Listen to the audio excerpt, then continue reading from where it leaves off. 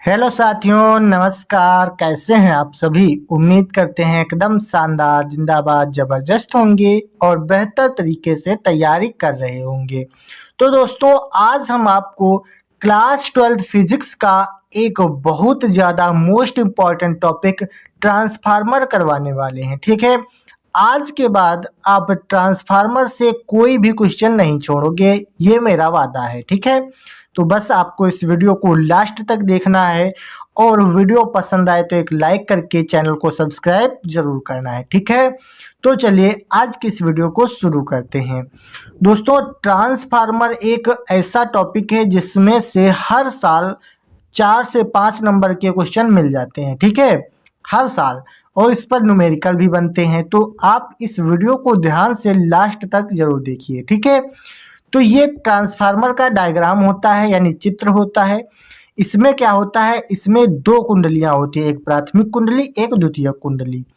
और प्राथमिक कुंडली में कम फेरों की संख्या होती है और द्वितीयक कुंडली में फेरों की संख्या अधिक होती है। ये हम आगे कार्यविधि में पढ़ेंगे। ठीक है, पहले हम जानते हैं कि ट्रांसफार्मर है क्या।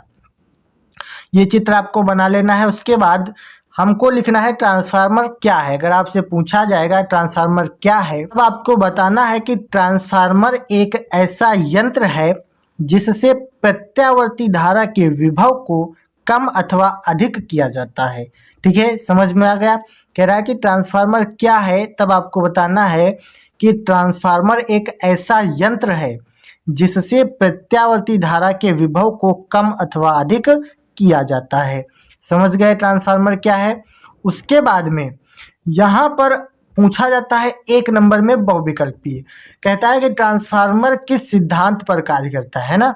तो मैंने यहाँ पर लिखा है कि ट्रांसफार्मर अन्योन्य प्रेरण सिद्धांत पर कार्य करने वाला एक ऐसा उपकरण है जो प्रत्यावर्ती धारा के विभव को परिवर्तित करने के काम आता है।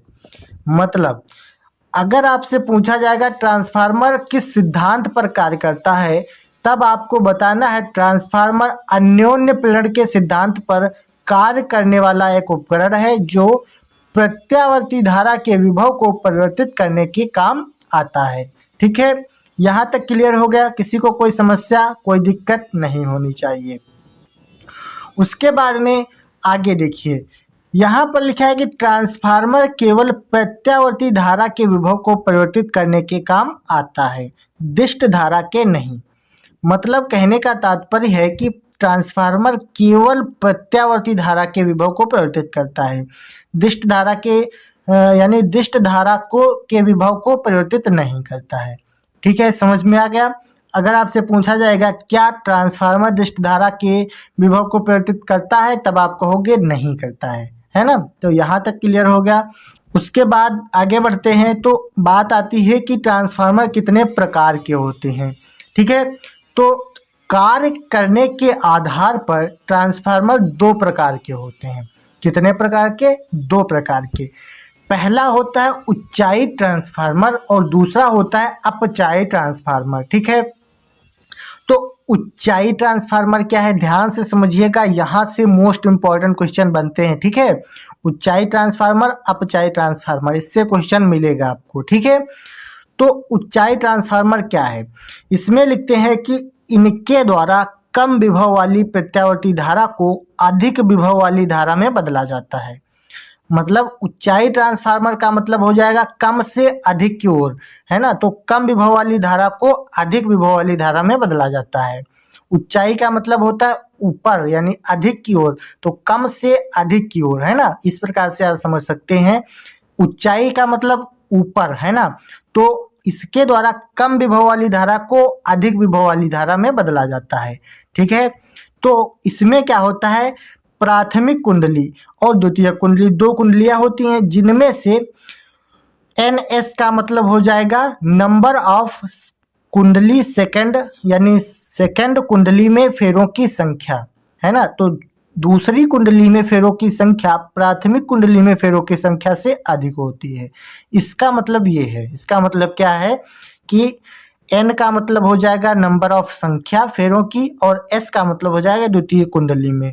तो सेकेंडरी कुंडली में यानी द्वितीय कुंडली में फेरों की संख्या अधिक होती है पहली वाली कुंडली से। समझ में आ गया?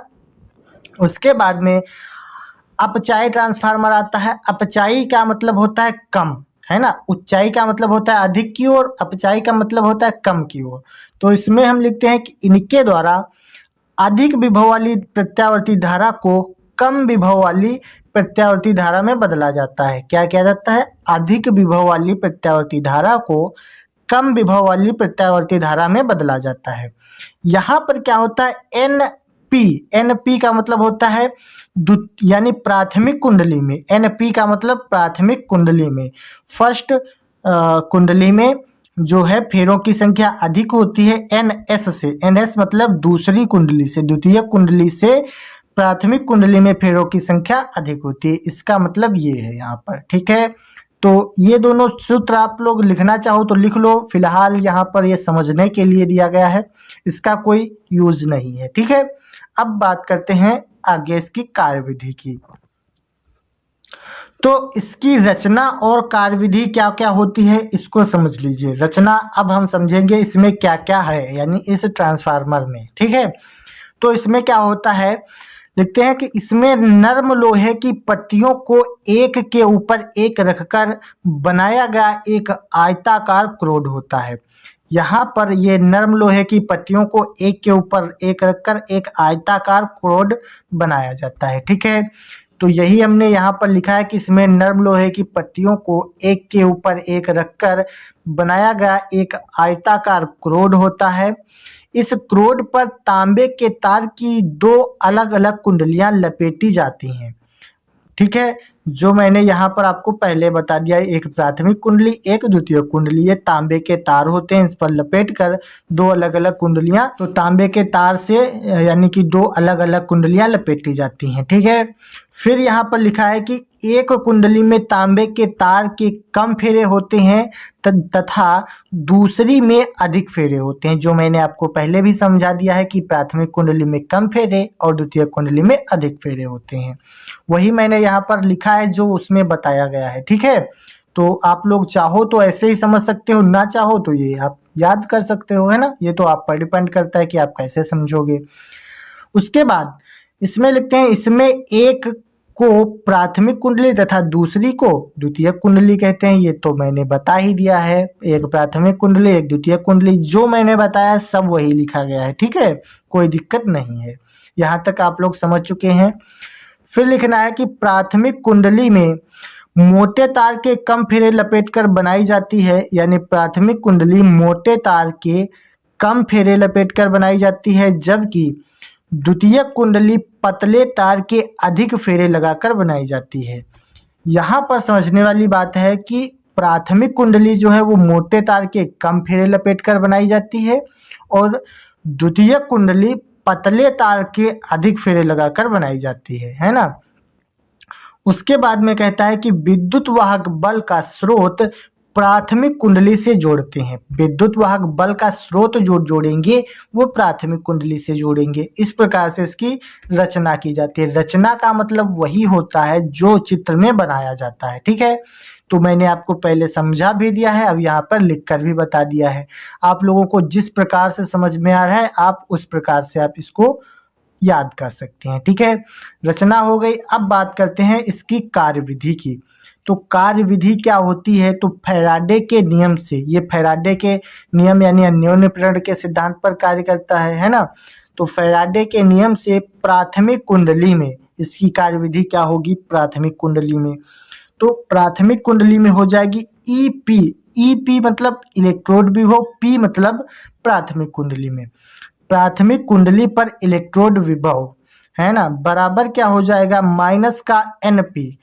एन का मतलब हो जाएगा फेरों की संख्या प्राथमिक कुंडली में, ठीक है। तो प्राथमिक कुंडली में फेरों की संख्या ब्रैकेट में हो जाएगा delta phi upon delta T. इसको मान लेंगे समीकरण नंबर 1, क्योंकि ये फैराडे के नियम से है इसीलिए ईपी लिया गया है माइनस का एनपी, है ना। तो फैराडे का नियम क्या होता है, ई बराबर माइनस का N delta phi upon delta T. और यहाँ प्राथमिक कुंडली में है इसलिए पी लगा दिया गया है प्राथमिक कुंडली में, यानी कि इलेक्ट्रोड विभव बराबर फेरों की संख्या प्राथमिक कुंडली में और delta phi upon delta T. ये हो जाएगा समीकरण नंबर 1। उसी प्रकार द्वितीय कुंडली में भी हो जाएगा ES। ES का मतलब होता है सेकेंडरी कुंडली में, है ना। S का मतलब होता है सेकेंडरी, तो E का मतलब हो जाएगा वही जो है इलेक्ट्रोड। तो इलेक्ट्रोड विभव और सेकेंडरी कुंडली में यानी द्वितीय कुंडली पर इलेक्ट्रोड विभव बराबर में हो जाएगा माइनस का NS यानी द्वितीय कुंडली में फेरों की संख्या और delta phi upon delta T. तो इसको मान लेंगे समीकरण 2, इसको मान लेंगे समीकरण नंबर 1। ये समझ में आया कहाँ से आया है? तो ये कहाँ से आता है? फैराडे के नियम से आता है। ये सूत्र होता है, उसमें हमने पहले द्वितीय कुंडली में ले रहे हैं तो द्वितीय कुंडली के लिए S लगा देंगे और प्राथमिक कुंडली में ले रहे हैं इसलिए P लगा देते हैं। ये समझ में आ गया। फिर क्या करते हैं, समीकरण 1 को समीकरण 2 से भाग करते हैं। ठीक है, तो क्या हो जाएगा, जब भाग करेंगे तो EP बराबर माइनस का NP delta phi upon delta T, ये ऊपर लिखेंगे समीकरण नंबर 1, और भाग में समीकरण नंबर 2 से करेंगे तो ES बराबर हो जाएगा माइनस का NS delta phi upon delta T. ठीक है, तो मैंने भाग में रख दिया। फिर क्या होता है, जब भाग में होता है तो माइनस माइनस कट जाता है और delta phi upon delta T ऊपर और नीचे है तो ये दोनों आपस में कट जाएंगे। ठीक है, तो यहाँ से आपका सूत्र निकल कर आता है EP बटे ES बराबर NP बटे NS। क्या निकल कर आएगा? EP बटे ES बराबर NP बटे NS। EP क्या हो जाएगा? प्राथमिक कुंडली पर इलेक्ट्रोड विभव, और ES हो जाएगा द्वितीय कुंडली पर इलेक्ट्रोड विभव। ठीक है, NP मतलब प्राथमिक कुंडली में फेरों की संख्या, NS मतलब द्वितीय कुंडली में फेरों की संख्या। ठीक है, तो इस प्रकार से ये आपका सूत्र निकल कर आ जाता है EP बटे ES बराबर NP बटे NS। तो उम्मीद करते हैं ट्रांसफार्मर मैंने बहुत ही अच्छी तरीके से आपको समझा दिया है।